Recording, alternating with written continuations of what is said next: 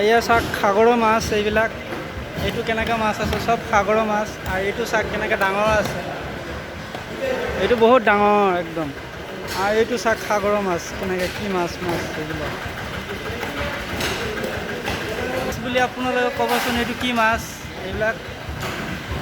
এনেকৈ আমি জিন্দগী খাই পোৱা নাই। কি মাছ মই নাখাওঁ আৰু এইবিলাক চব সাগৰৰ মাছ। এইটো সাগৰৰ ইচা মাছ বুলি কয়। আৰু এইটো মাছটো বহুত গোন্ধ আছে। আৰু এইটো চাওক চব সাগৰৰ মাছ। এইটো দোকানী হয়। এইটো আমাৰ মাছটো কাটি আছে সি।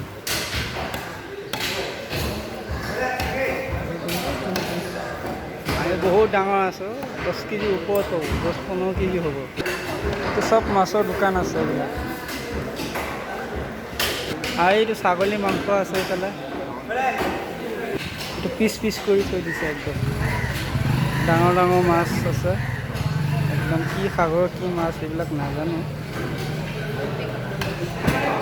এইটো ইচা মাছ বুলি কয়।